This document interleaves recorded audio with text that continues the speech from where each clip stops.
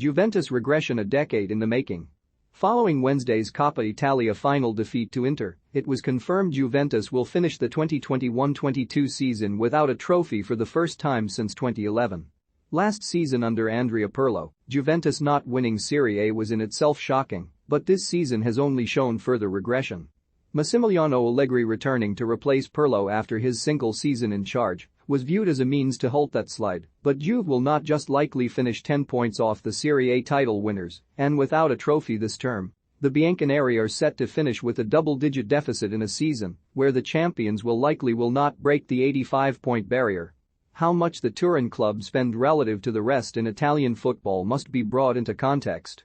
Granted, the financial impact of COVID-19 caused significant restructuring, but they are still the only club in Italy to have a gross annual payroll in excess of euros 150 million and are joined by Inter as one of only two over 100 million euros. Meanwhile, 7 Juventus players make up the top 10 salaries in Serie A this season. Given that comparatively gaudy expenditure, that represents a spectacular failure, especially in comparison to the likes of the notoriously thrifty Atalanta or this Milan project that has sought to maximize value on the pitch and cut unnecessary spending. The major issue with Juve over the past 4 seasons has been a dramatically diminishing return on investment, but how has it manifested on the pitch? Juventus had this inevitable capacity to find a way to win games in Allegri's first stint, but they were still volatile. It would be misguided to look at this season in isolation when in a continuum. Cristiano Ronaldo's arrival for the 2018-19 season, which was viewed as the key signing to propel them to long-awaited Champions League glory, arguably accelerated the regression. Real Madrid's midfield and Karim Benzema allowed Ronaldo to have a largely singular role as the end point to the team's actions in possession. At Juventus, a player who was largely a finisher and was not going to force defensive collapses between the lines by that point had to take on greater responsibility in the team's build-up. Despite the Portuguese star's stature in the game, he was effectively signed for a task on the pitch he was not capable of fulfilling. Consider that in his last season at Madrid, Ronaldo was averaging 46.87 touches per 90 and 10.02 were in the opposition's penalty area. The next 2 seasons at Juventus saw a dramatic shift, where for touches per 90 he averages 54.5 and 56.26 respectively. Touches in the penalty area actually decreased, however, at 6.64 and 6.92 respectively per 90. With Paulo Dybala as the team's attacking focal point, Miralem Pjanic had previously mitigated the deeply conservative nature of Juve's midfield, but with Ronaldo it became a bridge too far. Ronaldo might have sustained his goal involvements, but it came at the expense of the collective.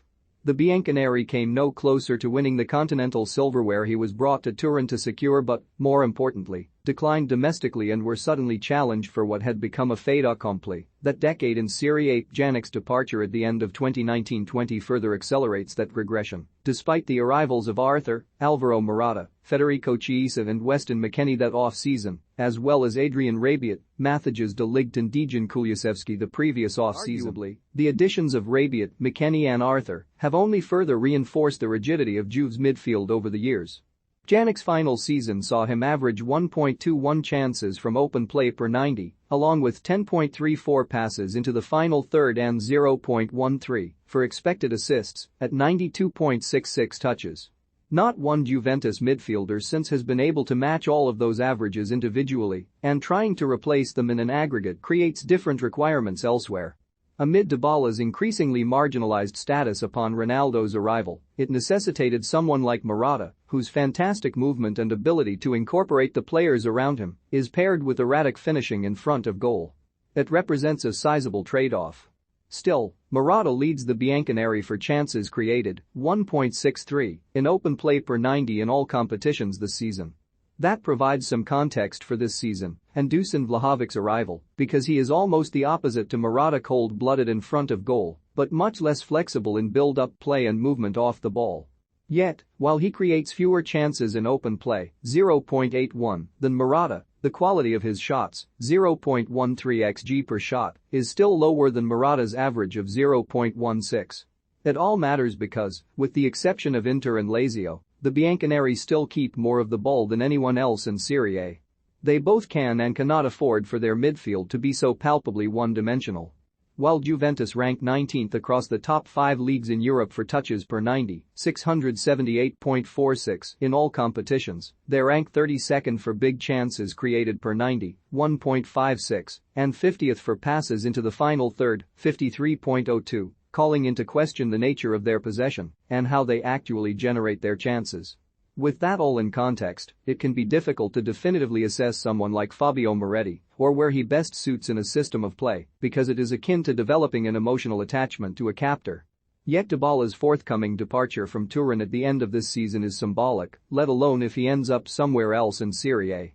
His career trajectory over the past 4 years, coinciding with Juve's regression and eventual embarrassment of this season, represents how badly the club have managed squad composition and, to reference Jose Mourinho's famous quote, their Champions League dream that became an obsession. As such, they have lacked anything resembling a plan or clarity and have been blindly led by ambition to this empty-handed season.